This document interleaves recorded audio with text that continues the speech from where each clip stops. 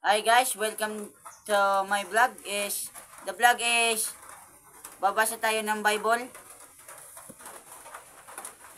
Makinig kayo sa akin at ako'y babasa ng Bible.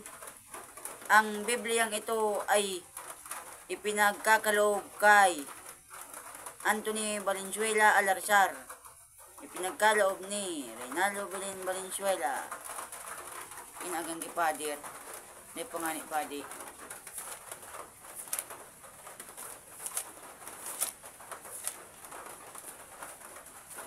Dito tayo sa Genesis.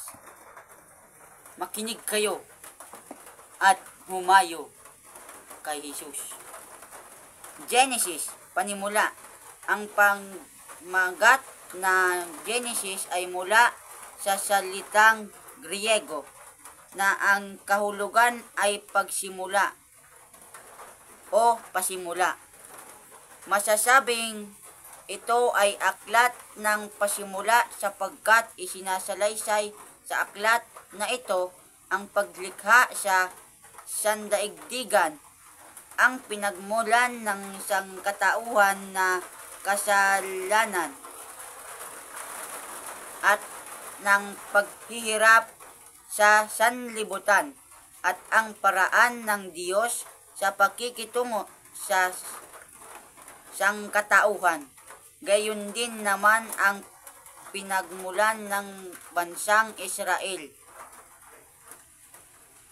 ay binibigyang diin sa aklat na ito. Maaaring hatiin sa dalawang pangunahing bahagi ang Genesis. 1. Kabanata 1:11. Ang paglikha sa sanlibutan at ang unang kasaysayan ng sangkatauhan na kapaloob dito, ang kasaysayan nina Adan at Eva, Cain at Abel, Noe at ang malaking baha at ang tore ng Babel. Ipinapakita rito na bagamat maganda ang mga ginawa at plano ng Diyos sapagkat sa sangkatauhan ito'y nasira dahil sa pagsuway ng tao. 2. Kabanatang 12:50. Ang kasaysayan ng mga ninuno ng Israel. Ang unay ang kasaysayan ni Abraham na kapuri-puri dahil sa kanyang pananampalataya at buong pusong pagsunod sa Diyos. Kasunod nito ay ang kasaysayan ng kanyang anak na si Isaac at ang kanyang apo na si Jacob, tinatawag ding Israel, at ng 12 anak nito, ang mga tagapagtatag ng 12 lipi ng Israel. May 2 anak nito ang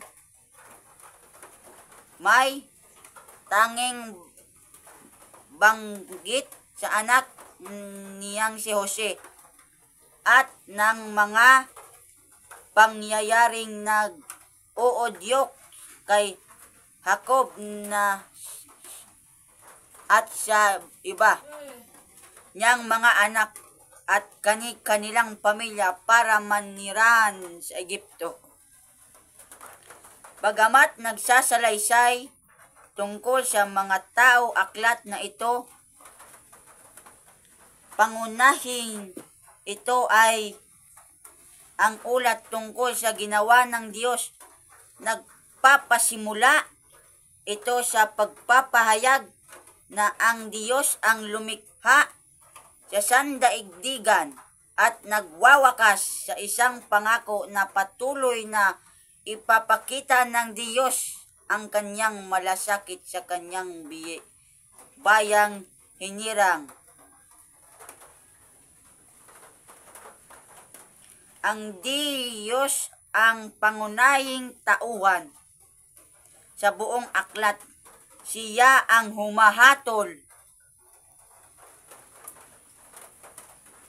at nagpaparusa sa mga gumagawa ng kasalanan, nangunguna at tumutulong sa kanyang bayan at nagsasaayos ng kanilang kasaysayan. Sinulat ang aklat na ito upang itala at ipaliwanag ang kasaysayan ng pananampalataya ng isang bansa at upang mapanatiling buhay ang pananampalatayang ito. Manalig tayo sa Diyos.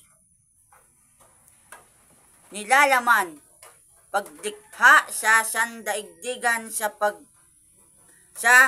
sangkatauhan. 1:1-2:25. Ang pasimula ng kasalanan at paghihirap. 3:1-24. Mula kay Adan hanggang kay Noe. 4:1-5:32. Si Noe at ang malaking baha, ang Tore ng Babel. 6:1-32. Mula kay Sem hanggang kay Abraham. 11:9, 11:10-32. Ang mga patriarka, sina Abraham, Isaac at Jacob. 12:1-35-29. Ang mga mula sa lahi ni Esau. 12:1-35-29, 36:1-43. Si Jose at ang kanyang mga kapatid. 37:1-45-28, 46:1-5, 26. Nagpunta sa Egipto ang sambayanan ni Jacob. Ang kasaysayan ng paglikha. 1. Nang pasimula ay nilikha ng Diyos ang langit at ang lupa. Ang lupa ay walang hugis o anyo. Dilim ang bumabalot sa kalaliman at kumikilos sa espiritu ng Diyos sa ibabaw ng tubig. Sinabi ng Diyos, magkaroon ng liwanag, at nagkaroon nga. Nasiyahan ang Diyos nang ito'y mamasdan. Pinagbukod niya ang liwanag at ang dilim. Ang liwanag at tinatawag na araw niyang araw at ang dilim na ang tinatawag niyang gabi. Lumipas